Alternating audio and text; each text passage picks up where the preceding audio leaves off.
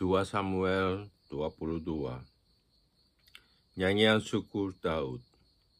Daud mengatakan perkataan nyanyian ini kepada Tuhan pada waktu Tuhan telah melepaskan dia dari cengkeraman semua musuhnya dan dari cengkeraman Saul.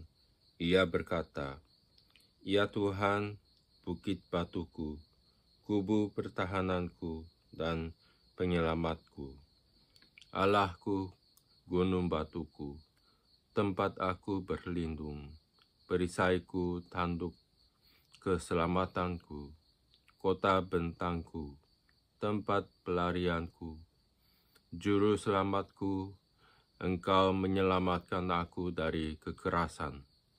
Terpujilah Tuhan, suruhku, maka aku pun selamat daripada musuhku. Sesungguhnya gelora maut telah mengelilingi aku. Banjir jahanam telah menimpa aku. Tali-tali dunia orang mati telah membelitaku. Perangkap maut terpasang di depanku. Ketika aku dalam kesesakan, aku berseru kepada Tuhan. Kepada Allahku aku berseru, dan Ia mendengar suaraku dari baitnya.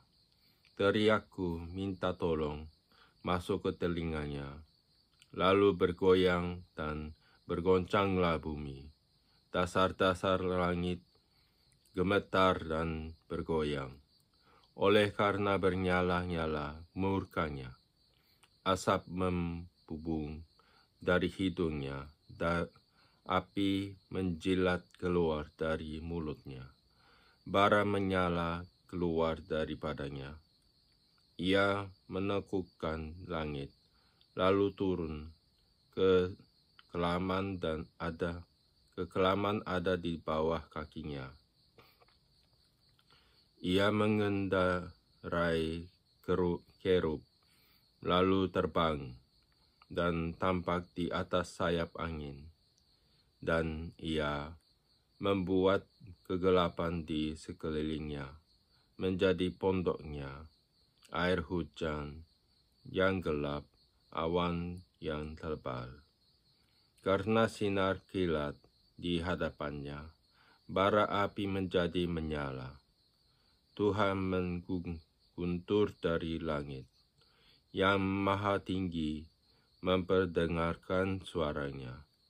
Dilepaskannya panah-panah, sehingga diserahkannya mereka, yakni kilat-kilat, sehingga kecangkauannya mereka. Lalu kelihatanlah dasar-dasar laut, atas dunia tersingkap. Karena hadirkan Tuhan, karena hembusan nafas dari hidungnya. Ia menjangkau dari tempat tinggi, mengambil aku, menarik aku dari banjir. Ia melepaskan aku dari musuhku dan gagah, daripada orang-orang yang membenci aku, karena mereka terlalu kuat bagiku. Mereka menghadang aku dan pada hari sialku. Tetapi Tuhan adalah sandaran bagiku. Ia membawa aku keluar ke tempat lapang. Ia menyelamatkan aku karena Ia berkenan kepadaku. Tuhan memperlakukan aku sesuai dengan kebenaranku. Ia membalas kepadaku sesuai dengan kesucian tanganku. Sebab aku tetap mengikuti jalan Tuhan dan tidak menjauhkan diri dari Allahku sebagai orang fasik. Sebab segala hukumnya ku perhatikan, dan dari ketetapannya aku tidak menyimpang. Aku berlaku tidak bercela kepadanya, dan menjaga diri terhadap kesalahan. Karena itu Tuhan membalas kepadaku sesuai dengan kebenaranku, sesuai dengan kesucianku di depan matanya. Terhadap orang yang setia, engkau berlaku setia. Terhadap orang yang tidak bercela, engkau berlaku tidak bercela. Terhadap orang yang suci, engkau berlaku suci.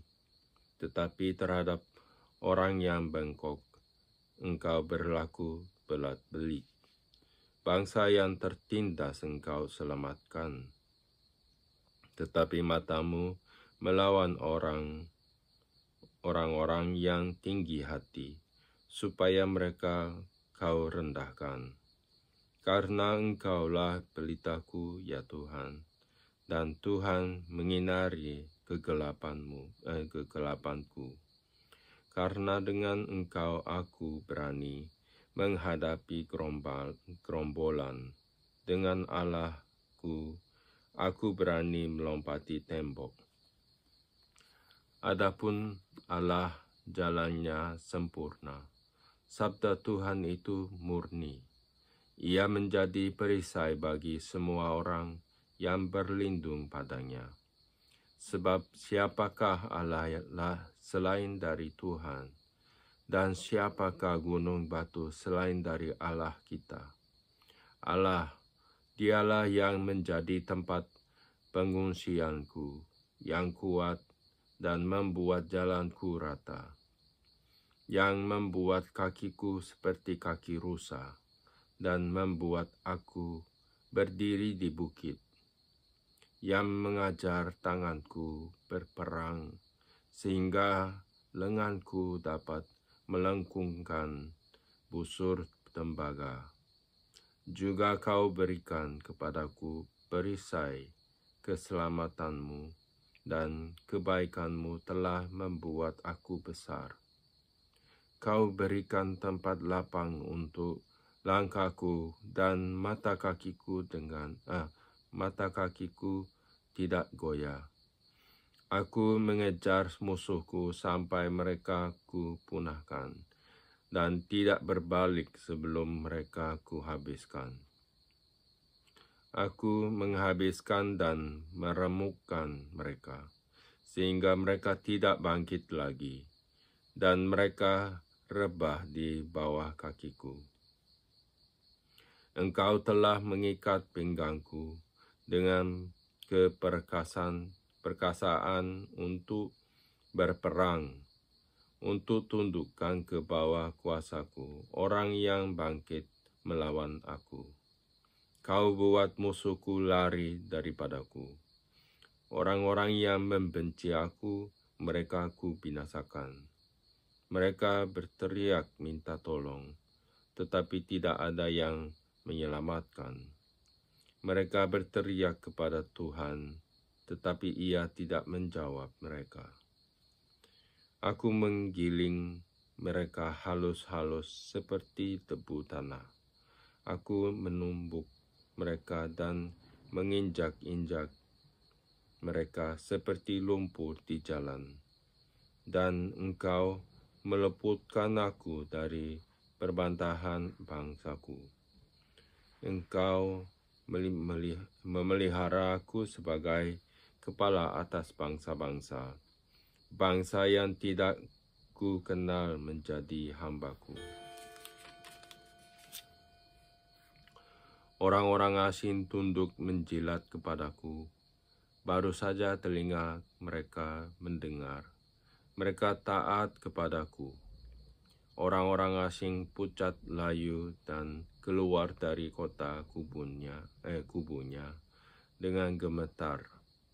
Tuhan hidup, terpujilah gunung batuku, dan ditinggalkanlah kiranya Allah gunung batu keselamatanku. Allah yang telah mengadakan pembalasan bagiku, yang telah membawa bangsa-bangsa ke bawah kuasaku, dan yang telah membebaskan aku daripada musuhku. dan Engkau telah meninggikan aku mengatasi mereka yang bangkit melawan aku. Engkau telah melepaskan aku daripada penindas. Sebab itu aku mau menyanyikan syukur bagimu, ya Tuhan, di antara bangsa-bangsa, dan aku mau menyanyikan mazmur bagi namamu. Ia mengaruniakan keselamatan yang besar kepada raja yang diangkatnya, dan menunjukkan kasih setia kepada orang yang diurapinya, kepada Daud dan anak cucunya untuk selamanya. Pasal 23, perkataan Daud yang terakhir.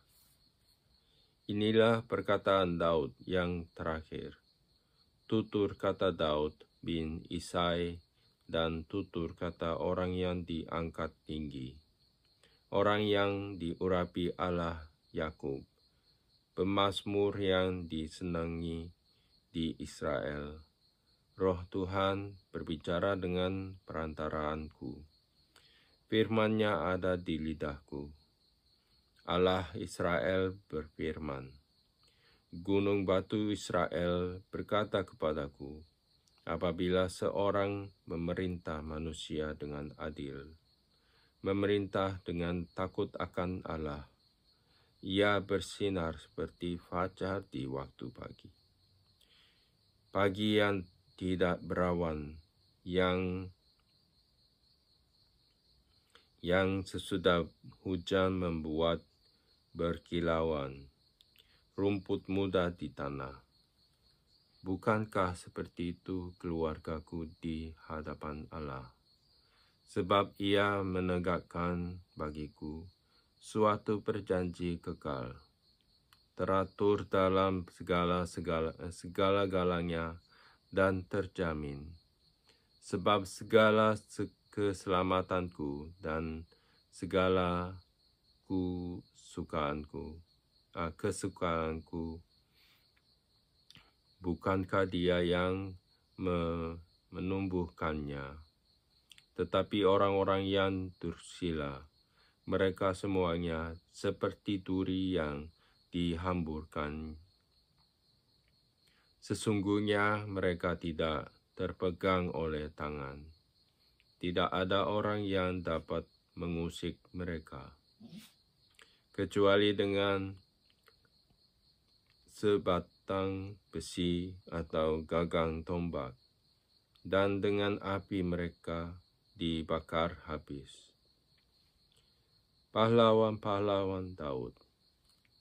Inilah nama para pahlawan yang mengiringi Daud.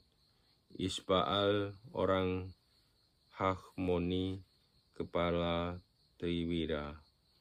Ia mengayunkan tombaknya melawan 800 orang yang tertikam mati dalam satu pertempuran. Dan sesudah dia, Eleazar anak Dodo, anak seorang Ahohi. Ia termasuk ketiga pahlawan itu. Ia ada bersama-sama Daud ketika mereka mengolok-olok orang Filistin yang telah berkumpul di sana untuk berperang. Padahal orang-orang Israel telah mengundurkan diri. Tetapi ia bangkit dan membunuh demikian banyak orang Filistin sampai tangannya lesu dan tinggal melekat pada pedangnya. Tuhan memberikan pada hari itu kemenangan yang besar. Rakyat datang kembali mengikuti dia hanya untuk merampas. Sesudah dia sama anak Age, orang Harari, ketika orang Filistin berkumpul di Lehi. Di sana ada sebidang tanah ladang penuh kacang merah. dan tentara telah melarikan diri dari hadapan orang Filistin. Maka berdirilah ia di tengah-tengah ladang itu. Ia dapat mempertahankannya dan memukul kalah orang Filistin. Demikianlah diberikan Tuhan kemenangan yang besar. Sekali datanglah 3 orang dari ke-30 kepala mendapatkan Daud. Menjelang musim menuai dekat gua Adulam, sedang sepasukan orang Filistin berkemah di lembah Refaim. Pada waktu itu Daud ada di dalam kubu gunung, dan pasukan pendudukan orang Filistin pada waktu itu ada di Betlehem. Lalu timbullah keinginan pada Daud, dan ia berkata, "Sekiranya ada orang yang memberi aku minum air dari perigi Betlehem yang ada dekat pintu gerbang." Lalu ketiga pahlawan itu menerobos perkemahan orang Filistin. Mereka menimba air dari perigi Betlehem yang ada dekat pintu gerbang, mengangkatnya dan membawanya kepada Daud. Tetapi Daud tidak mau meminumnya, melainkan mempersembahkannya sebagai korban curahan kepada Tuhan. Katanya, "Jauhlah daripadaku, ya Tuhan, untuk berbuat demikian. Bukankah ini darah orang-orang yang telah pergi dengan mempertaruhkan nyawanya, dan tidak mau ia meminumnya?" Itulah yang dilakukan ketiga pahlawan itu. Abisai adik Yoab, anak Zeruya, dialah kepala ke-30 orang itu, dan dialah yang mengayunkan tombaknya melawan 300 orang yang mati ditikamnya. Ia mendapat nama di antara ke-30 orang itu. Bukankah ia yang paling dihormati di antara ke-30 orang itu? Memang ia menjadi pemimpin mereka, tetapi ia tidak dapat menyamai Triwira itu.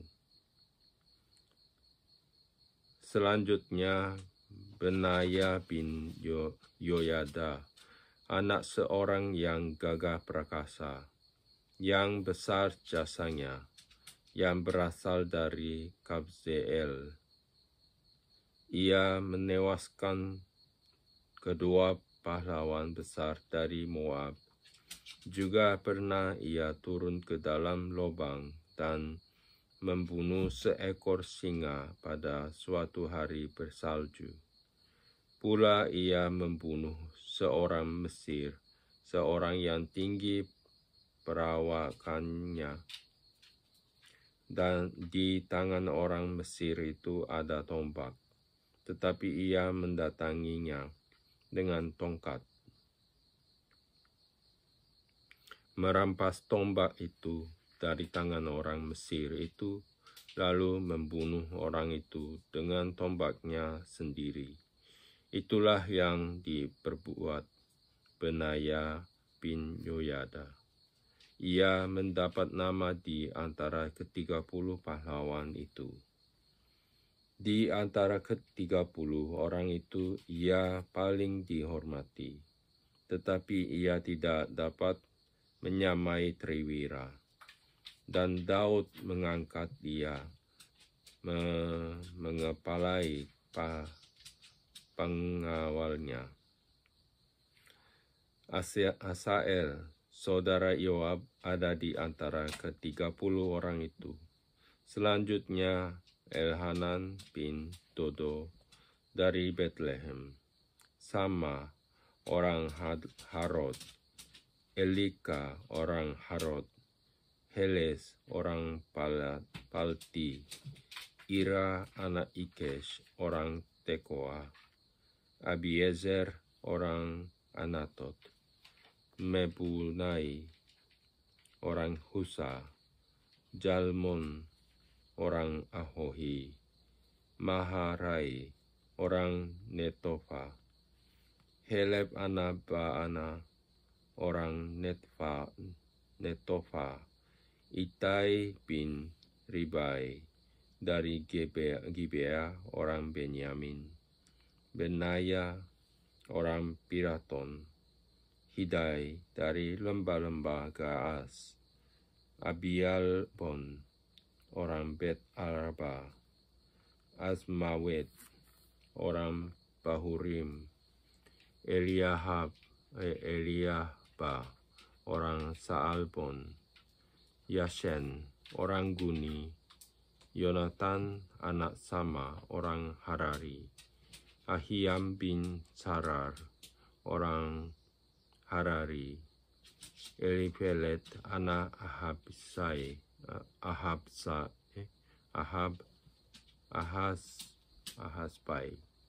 anak Ahasbai orang Maaka, Eliam anak Ahitofel orang Gilo, Hezrai orang Karmel, Baerai orang Arbi, Yigal bin Natan dari Zoba, Bani orang Gad, Zelek orang Amon, Naharai orang Berot, pembawa senjata Yoab anak Zeruya, Ira orang Yetri, Gareb orang Yetri, Uria orang Het, semuanya 37 orang. Pasal 24, Pendaftaran dan Hukuman. Bangkitlah pula murka Tuhan terhadap orang Israel. Ia menghasut Daud melawan mereka. Firman-Nya, pergilah, hitunglah orang Israel dan orang Yehuda. Lalu berkatalah raja kepada Yoab dan para panglima tentara yang bersama-sama dengan dia, jelajahilah segenap suku Israel dari Dan sampai Beersheba. Adakanlah pendaftaran di antara rakyat, supaya aku tahu jumlah mereka. Lalu berkatalah Yoab kepada raja, kiranya Tuhan Allahmu menambahi rakyat 100 kali lipat daripada yang ada sekarang. Dan semoga mata tuanku raja sendiri melihatnya. Tetapi mengapa tuanku raja menghendaki hal ini? Namun titah raja itu terpaksa diikuti oleh Yoab dan oleh para panglima tentara. Maka pergilah Yoab dan panglima-panglima tentara itu atas perintah raja untuk mengadakan pendaftaran di antara bangsa Israel. Mereka menyeberangi sungai Yordan, lalu mulai dari Aroer, dan dari kota yang terletak di tengah-tengah lembah di arah Gad ke arah Gad dan Yaezer. Kemudian sampailah mereka ke Gilead dan ke Kadesh di negeri orang Het. Selanjutnya sampailah mereka ke Dan, dan dari Dan mengambil jurusan Sidon. Kemudian sampailah mereka ke tempat yang berkubu Tirus dan ke segala kota yang Hewi dan orang Kanaan. Akhirnya tibalah mereka di bagian selatan Yehuda, di Beersheba. Setelah mereka menjelajah seluruh negeri itu, sampailah mereka kembali ke Yerusalem. Setelah lewat 9 bulan dan 20 hari. Lalu Yoab memberitahukan kepada raja hasil pendaftaran rakyat orang Israel. Ada 800.000 orang perangnya 800.000 orang perangnya yang dapat memegang pedang, dan orang Yehuda ada 500.000. Tetapi berdebar-debarlah hati Daud setelah ia menghitung rakyat.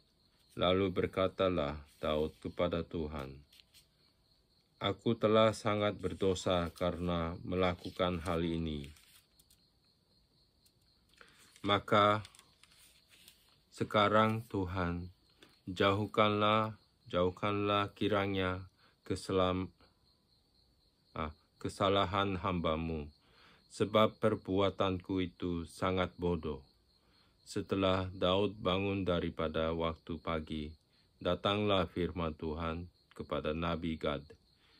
Melihat Daud demikian, "Pergilah, katakanlah kepada Daud, beginilah firman Tuhan, 3 perkata ku hadapkan kepadamu. Pilihlah salah satu daripadanya, maka aku akan melakukannya kepadamu." Kemudian datanglah Gad kepada Daud, memberitahukan kepadanya dengan berkata kepadanya, "Akan datanglah menimpa engkau 3 tahun kelaparan di negerimu, atau maukah engkau melarikan diri 3 bulan lamanya dari hadapan lawanmu, sedang mereka itu mengejar engkau? Atau akan adakah 3 hari penyakit sampar di negerimu? Maka sekarang pikirkanlah dan timbanglah jawab apa yang harus ku sampaikan kepada yang mengutus aku." Lalu berkatalah Daud kepada Gad, "Sangat susah hatiku.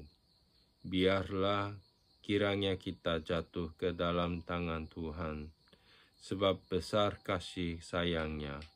Tetapi janganlah aku jatuh ke dalam tangan manusia." Jadi Tuhan mendatangkan penyakit sampar kepada orang Israel dari pagi hari sampai waktu yang ditetapkan. Maka matilah dari antara bangsa itu, dan dari Dan sampai Beersheba 70.000 orang. Ketika malaikat mengacungkan tangannya ke Yerusalem untuk memusnahkannya, maka menyesallah Tuhan karena malapetaka itu. Lalu ia berfirman kepada malaikat yang mendatangkan kemusnahan kepada bangsa itu, "Cukup, turunkanlah sekarang tanganmu itu." Pada waktu itu, malaikat Tuhan itu ada dekat tempat pengirikan Araunah, orang Yebus, dan berkatalah Daud kepada Tuhan ketika dilihatnya malaikat yang tengah memusnahkan bangsa itu, "Demikian, sesungguhnya aku telah berdosa, dan aku telah membuat kesalahan. Tetapi domba-domba ini, apakah yang dilakukan mereka? Biarlah kiranya tanganmu menimpa aku dan kaum keluargaku." Mezbah didirikan dekat Yerusalem, tulah berhenti. Pada hari itu datanglah Gad kepada Daud, berkata kepadanya, "Pergilah, dirikanlah mezbah bagi Tuhan di tempat pengirikan Araunah, orang Yebus itu."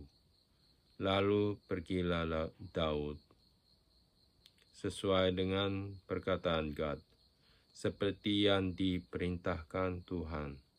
Ketika Araunah menjenguk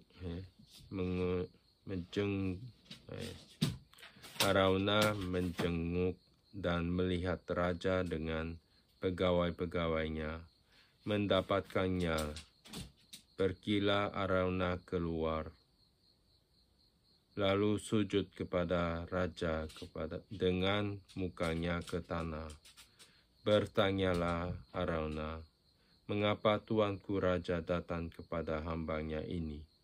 Jawab Daud, "Untuk membeli tempat pengirikan ini daripadamu dengan maksud mendirikan mezbah bagi Tuhan, supaya tulah ini berhenti menimpa rakyat."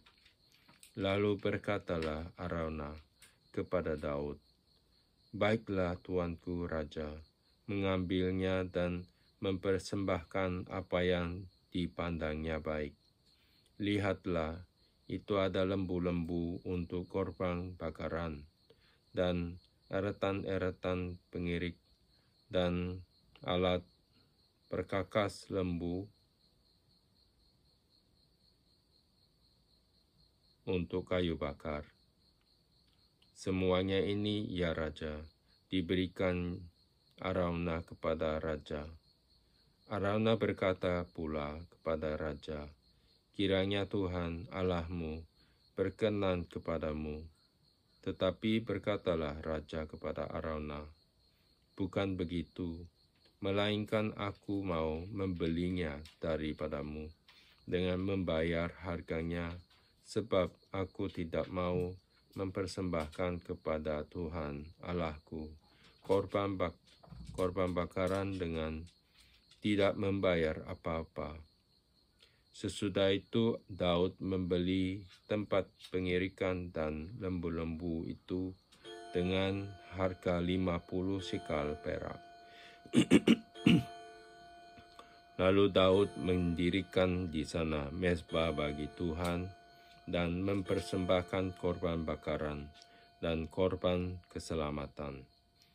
Maka Tuhan mengabulkan doa untuk negeri itu, dan tulah itu berhenti menimpa orang Israel.